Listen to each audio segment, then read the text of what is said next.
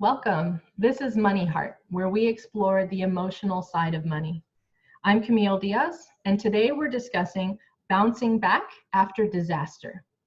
My guest is Lisa R. Orr. She's the CEO of Rorr Marketing, specialist in brand identity, marketing, and content management. Lisa, welcome to MoneyHeart. Hi, thanks, Camille. When we first started discussing this concept of bouncing back after disaster, you took me back to a time when your dad was actually laid off and you were still in high school. What was that like? It was very difficult. It was hard to see him. He was a very accomplished man at that point already, and very steady. And so it was very challenging to see him be subject to this kind of hostile takeover in the company. And it was during my senior year of high school, so that was already a time of a lot of change for me, and it was hard to see him go through that. And job searching was very different back then. There wasn't the internet accessibility that we now have, and so he would get newspapers and pore over them and just look and look and look. We lived in San Antonio at the time, and so it was just a really challenging time on top of another challenging time of change for me. Wow. Later, you told me you went through the layoff process yourself, not once, but 3 times. Yes. How did that kind of go, and how did you feel the first time you had to go through that? Well, interestingly enough, my dad went through it 3 times in a row back then. And so when I hit it the first time, it was very scary for me because I had seen this in action, and it was a true layoff. It wasn't, at fault for him, and it wasn't for me. I was the marketing manager and public relations manager of a publishing company, part of a team of 6, 5 of whom I had trained.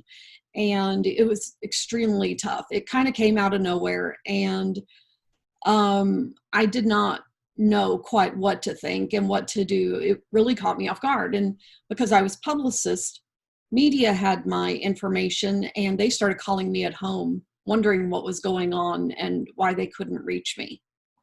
Wow. And so that was a real opportunity to choose how I'm going to behave in this situation, not my own doing. And, I just referred them back to the company and said that they would need to talk to them. And, I wasn't going to say anything inappropriate. That's just not how I was raised. But that was the first of 3 layoffs that I did go through. The second one, I'd actually moved to Dallas, and I was working for Accenture there, and 9/11 hit. And there's a tremendous amount of uncertainty for pretty much the entire U.S. workforce, whether you were in the military or civilian or anything like that. So Sure. I was actually working at the global headquarters of Accenture at the time, and in Las Colinas, and it was a very pretty building, and it was so they sent us home early because they were like, well, if they come to Dallas, or they try and target well-known buildings, this Williams Square is one of them. So and of course nobody was really getting anything done. So that was the second one. And then the third one, I wound up moving back to Tulsa and had a job, and it was a situation where the gentlemen who were running the company were brothers, and one was president, one was vice president, but they didn't act like that. They both acted like they were both presidents.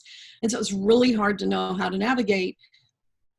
Who do I listen to in this situation? Okay, well, person A told me to do this, and now person B is telling me something else. So it was really tough, and I stuck it out, and, that wound up being that third layoff. And so I was really just reeling, and walking through the situation, seeing my dad go through it many, many years before, and then walking through it myself, I realized, I really someday want to have my own business. I want to be able to invest in myself and make those choices and those decisions and, bet on me, so to speak, and, return back to my great love, which is marketing. I love doing content management and representing my clients and helping them see themselves in a new light through my brand identity process. So that's kind of my extra special thing that I do. My benchmark is my brand identity process, which I came up with on my own and created. So, being resilient, I think, is very critical. And my family's from Texas originally, so I'm more of a let's pull yourself up by your bootstraps kind of girl, and we'll just keep going and figuring it out as we move forward, if it's an unpredictable environment or situation. When you decided to make the switch from being an employee and going to being an entrepreneur after all these layoffs, and you're like, okay, this employee thing's not working out, I don't like it. Yeah. Were you at all concerned about that regular paycheck? How did you make that work? Because I think that's a big thing for a lot of people. Did you do part-time stuff? Did you have enough saved to make a go of it? Or yeah, so after those 3 layoffs, I wound up back in corporate America and worked for a pretty prestigious company here in Tulsa. And I worked for almost 12 years, in this Fortune 500 company in IT.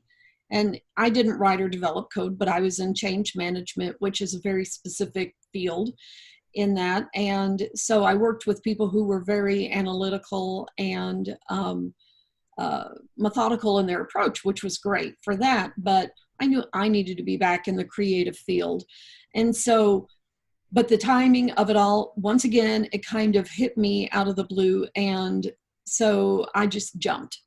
I jumped and did it in a very atypical way, just because of my own particular situation and what I was dealing with. And so, one of the things that I really learned at that time and tried to embrace was snatching the silver lining. It's like, so help me God, no matter what situation is, I'm going to snatch that silver lining up out of that. And I'm going to turn, and with the Lord's help, I'm going to turn something good out of this and make the best of it. So it was that. And then, after I started getting into Rorr Marketing, my business, then I realized, that I really had an opportunity to help people with their brand identity and really help them focus on what they had to offer. And part of that process for me is to lead them through, is to help them see where they're at and where they want to be, and, the difference between those two places. So, taking a strong account of where they're at now and where they want to be. Is that something you did in your process as well, of going, okay, here's where we are. I don't love where we are. Where is it I want to be? Absolutely, it is. And, I think it's really important a lot of business owners start with, okay, I'm going to start my business and I'm going to do ready, aim, fire. But what really happens is that they're ready, sort of, and maybe an opportunity comes along and they're like, oh no, I don't want to lose out on this. I don't have everything squared away yet, but I don't want to lose out this opportunity. So it's ready, fire, aim. Oh crap. Okay, well, all right, now I'll get it in line. And then they start on the path of their business and they don't maybe really have an opportunity to do that hard look.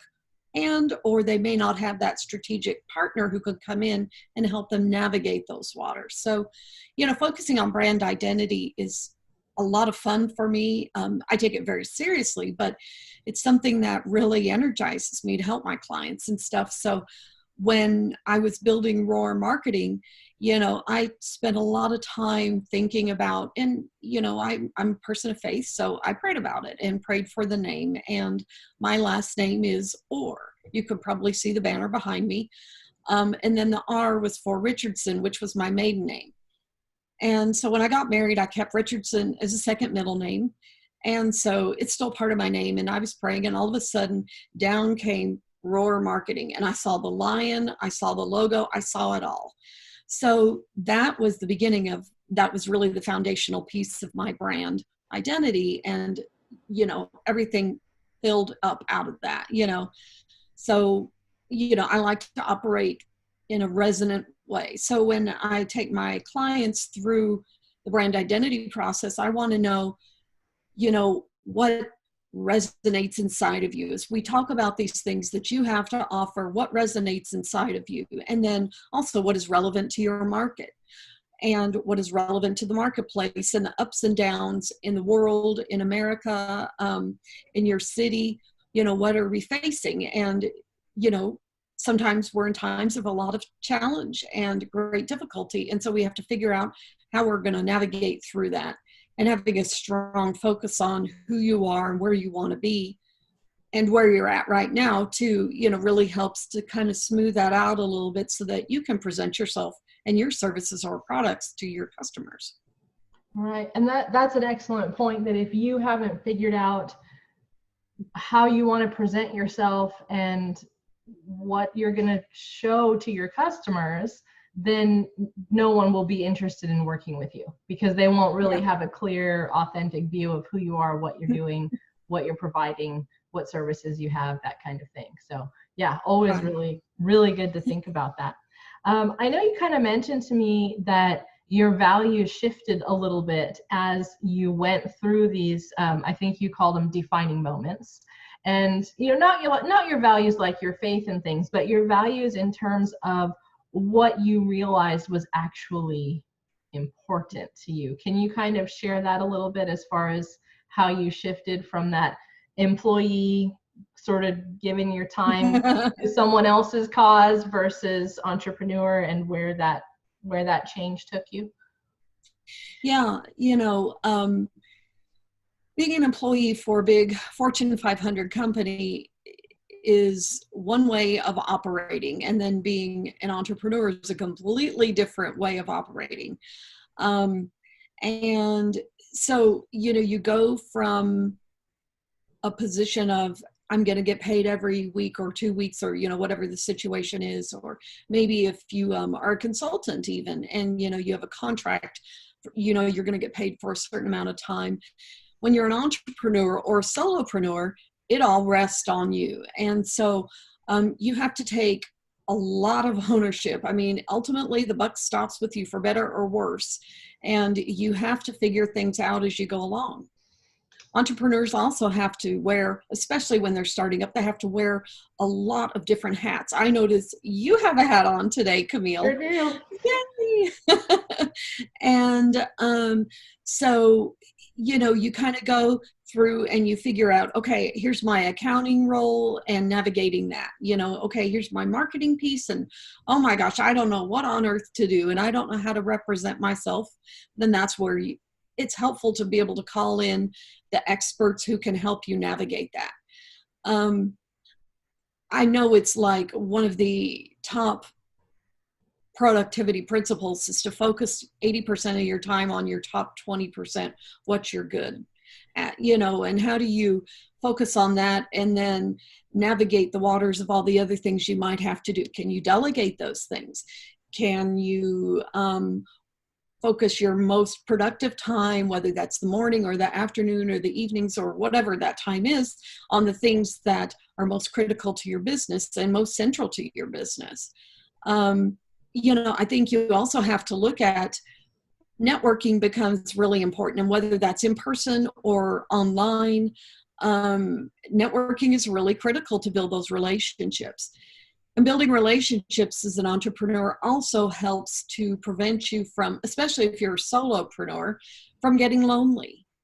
You know, depending on the kind of work that you do, you might be interacting with clients, and that's the nature of the work that you do, or you might be working at home in your office or in an offsite office of your own, but not with people. And it's still important to keep community around us and to have those relationships that strengthen us and build us up, and, or maybe a release valve, if that's what you need, to navigate the water. So you have to find who those people are in your world. And that is really critical to do.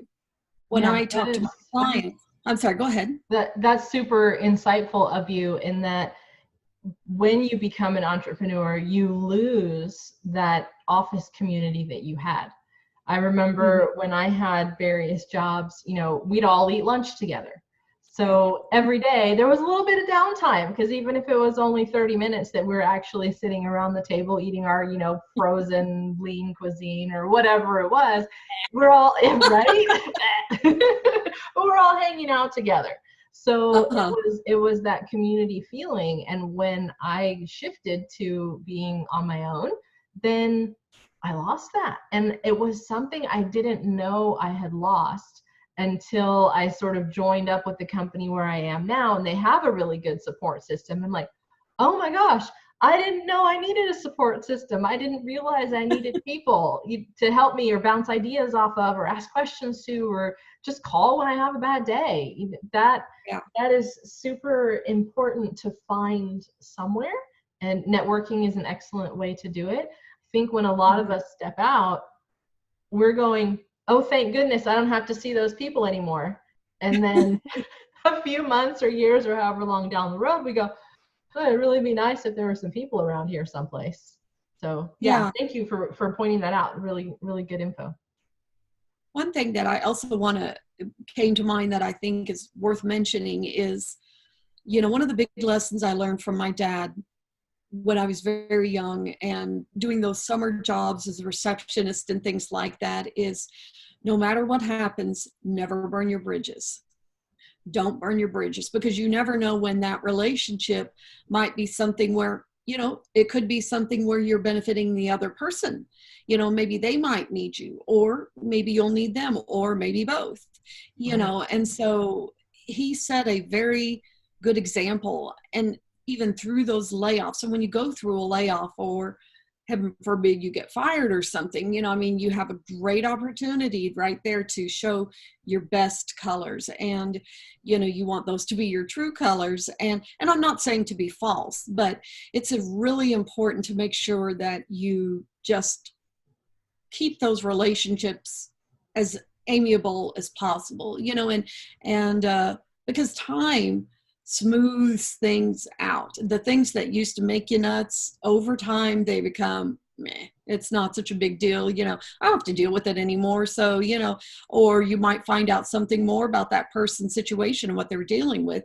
Right. And like, oh my gosh, that's why they behave this way or that way, and so, time can create a cushion and also some clarity. Sometimes you just never know which way it's going to happen. But absolutely true. Really critical.